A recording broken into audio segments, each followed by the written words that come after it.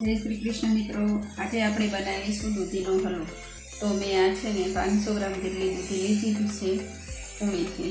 હવે આપણે એને વચ્ચેથી કાપી અને એની છાલ ઉતારી લઈશું।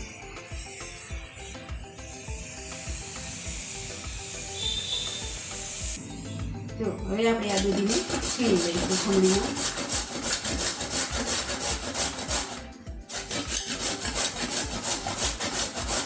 बधी दूधी આપણે बराबर છીણી લેવાની।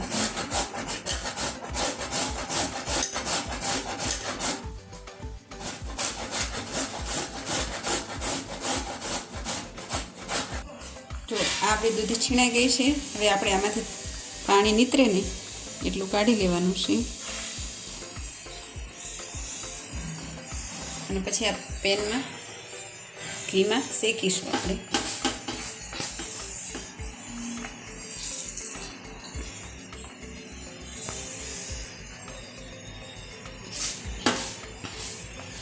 जो આપણે આ પેનમાં દૂધીની છીણ ઉમેરી છે, પછી એમાં આપણે થોડું ઘી ઉમેરી અને દૂધીને આપણે શેકી લેવાની છે અને આપણે ધીમા તાપે ઘીમાં શેકવાની છે। દૂધી શેકાશે ત્યારે આપણું ઘી છૂટું પડશે।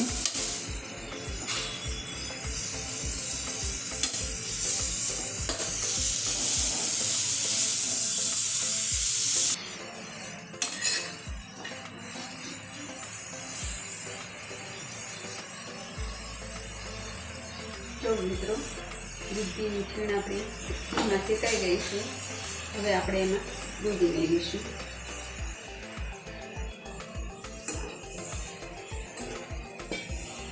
दूध लीधुं છે અને આ થોડી દૂધની મલાઈ છે એને આપણે અંદર ઉમેરીશું।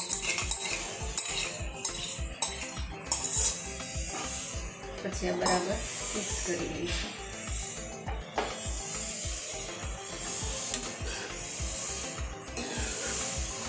હવે આને સરસ રીતે કળીશું એટલે આપણે દૂધી બરાબર દૂધમાં મિક્સ થઈ જાય। આમાં દૂધ બળી જાય ત્યાં સુધી સતત હલાવતા રહેવાનું, જેથી આપણો હલવો નીચે ચોંટી ન જાય। પછી હવે આપણે આમાં કાજુ બદામ ઉમેરીશું જેથી ચડી જાય હરોહર। પછી આ મેં માવો લીધો છે થોડો, એને પણ અંદર ઉમેરીશું।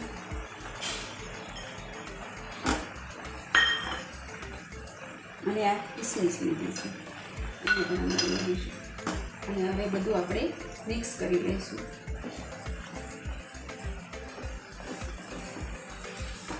પછી એમાં જરૂર પૂરતી આપણે ખાંડ ઉમેરીશું।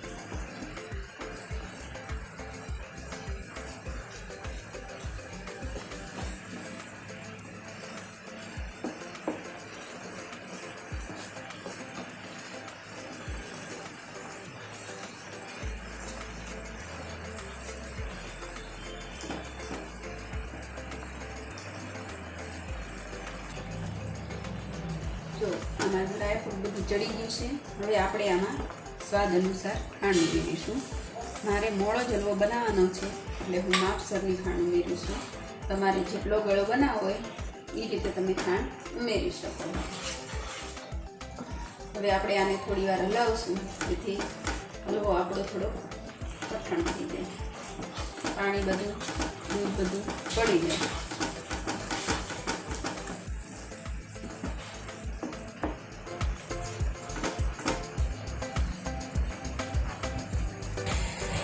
तो मित्रों આપણો હલવો બરાબર તૈયાર થઈ ગયો છે। ઘી આપણે બધું છૂટું પડી ગયું છે।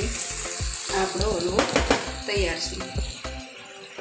આપણે ગેસ જો મિત્રો આપણે દૂધીનો હલવો તૈયાર છે ખાવા માટે। ખૂબ જ સરસ અને સ્વાદિષ્ટ બન્યો છે। જો તમને મારો આ દૂધીનો હલવો ગમ્યો હોય તો મારા વિડીયોને લાઈક, શેર અને સબસ્ક્રાઈબ કરજો। Thank you.